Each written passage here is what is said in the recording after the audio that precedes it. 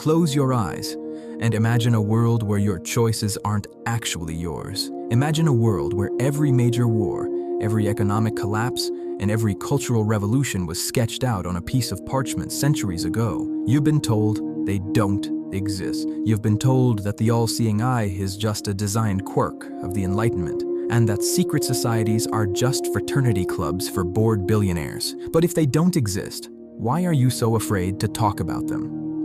Tonight, we are moving past the memes. We are moving past the celebrity hand gestures and the tinfoil hat theories. We are going back to the year 1776, not to Philadelphia, but to the dark forests of Bavaria. We are going to unearth the blueprints of a man who believed that the only way to save humanity was to enslave it under the light of reason. If you've ever felt like the news is a scripted play, or that the world's leaders are merely puppets on a string, you aren't paranoid. You're just starting to wake up, and once you see the architecture of the shadows, you can never unsee it. This is the definitive history of the Order of the Illuminati. Watch to the end, because by the time this video finishes, you will understand exactly who is holding the pen that writes your future. In the late 18th century, the world was a powder keg. The church held an iron grip on the minds of the masses, and monarchs ruled by divine right. But in the shadows of the University of Ingolstadt, a young, brilliant, and deeply frustrated professor named Adam Weishaupt was plotting a coup against reality itself. On May 1st, 1776, just months before the American Declaration of Independence, Weishaupt founded the Order of the Illuminati. Weishaupt wasn't looking for a weekend club. He was a master of psychology. He realized that the human mind is most easily manipulated when it feels it is part of an exclusive truth. He modeled his group after the Jesuits and the Freemasons, but with a far more radical end goal: the total abolition of all ordered governments, the end of private property, and the destruction of all religions. He called his members Areopagites. They took on secret identities. Weishaupt was Spartacus. His right-hand man, Baron von Kinga, was Philo. They created a system of circles within circles. A member at the bottom level would only know what his immediate superior told him. The true agenda, the inner secret, was only revealed to those at the very top. By 1782, the order had successfully infiltrated the highest levels of European Freemasonry. They weren't just intellectuals anymore. They were dukes, princes, and high-ranking officials. They were the intellectual elite, and they believed they were the only ones fit to steer the ship of humanity. But then, the unthinkable happened. In 1785, an Illuminati courier was struck by lightning while carrying secret documents. The Bavarian government seized the papers, and the world got its first glimpse of the Great Plan. The order was banned. Weishaupt was exiled. History books will tell you the story ends there. But for the Illuminati, the Bavarian ban wasn't a death sentence. It was a graduation. If you wanted to take over the world, would you do it with a loud army and a bright flag? Or would you do it like a virus quietly, from the inside, until the host doesn't even know it's sick? After the ban, the order went underground. They realized that the name Illuminati was a target. To survive, they needed to become a hydra. They dispersed into various organizations: the Jacobin clubs in France, the burgeoning banking houses in London, and the intellectual salons of America. Consider the French Revolution of 1789. History tells us it was a spontaneous uprising of the hungry poor. But look closer at the organizers. The Jacobins utilized the exact same self-structure and psychological warfare tactics outlined in Weishaupt's documents. The goal wasn't just to feed the poor. It was to decapitate the monarchy and the church, the two biggest obstacles to the Illuminati. New order, while Europe was burning, the seeds were being planted in the United States. Many of the founding fathers were Freemasons, a group that the Illuminati had spent decades infiltrating. George Washington himself wrote a letter in 1798 acknowledging that the doctrines of the Illuminati had spread to America. This is where we must talk about the Great Seal. Look at a $1 bill. You see the truncated pyramid. The capstone is detached, containing the all-seeing eye. Below it, the Latin phrase, Novus Ordo Sic, a new order of the ages. Defenders claim this is nearly a symbol of God's watchful eye, but in the occult tradition, the eye represents the great architect, a God of pure reason, not of the Bible. The pyramid is unfinished because the great work is still in progress. They weren't building a nation for 1776. They were building a global foundation for the centuries to come.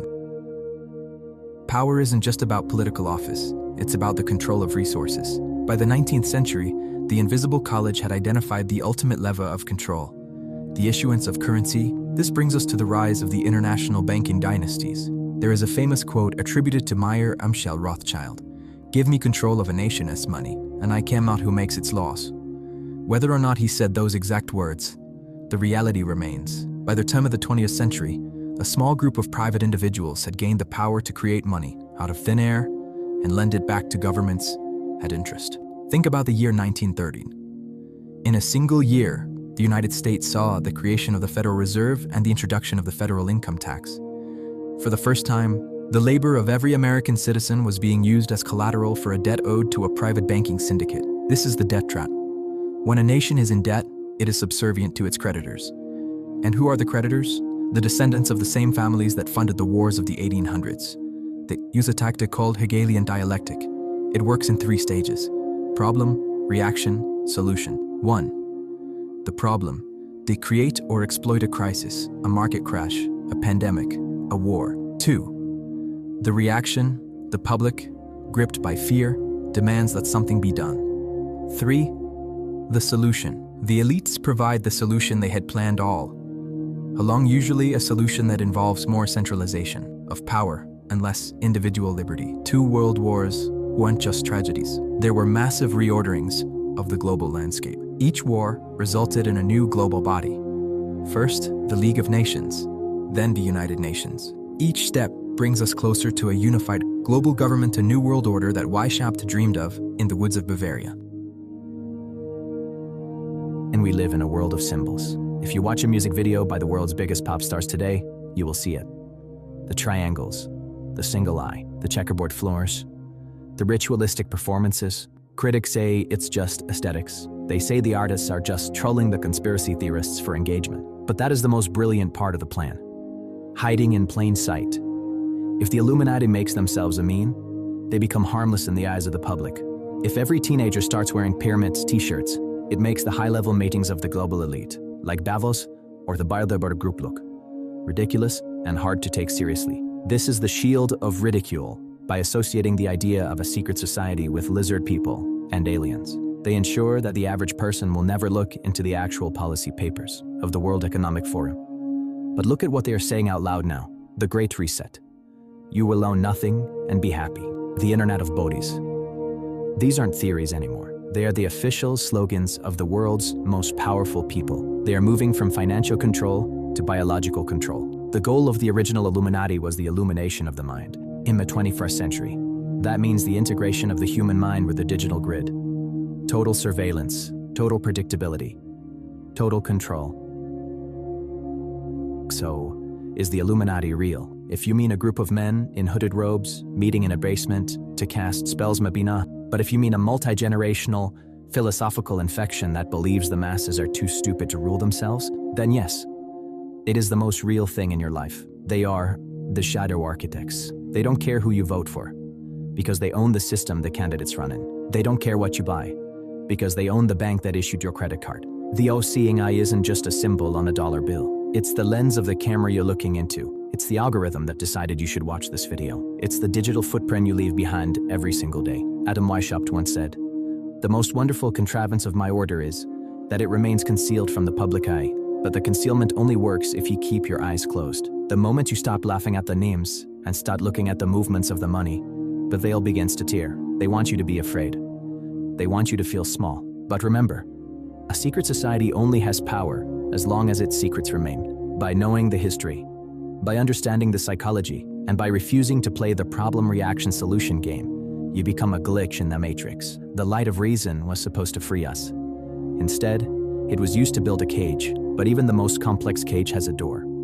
And the key is your awareness. Stay vigilant. The eye is watching, but for the first time, you're watching it back.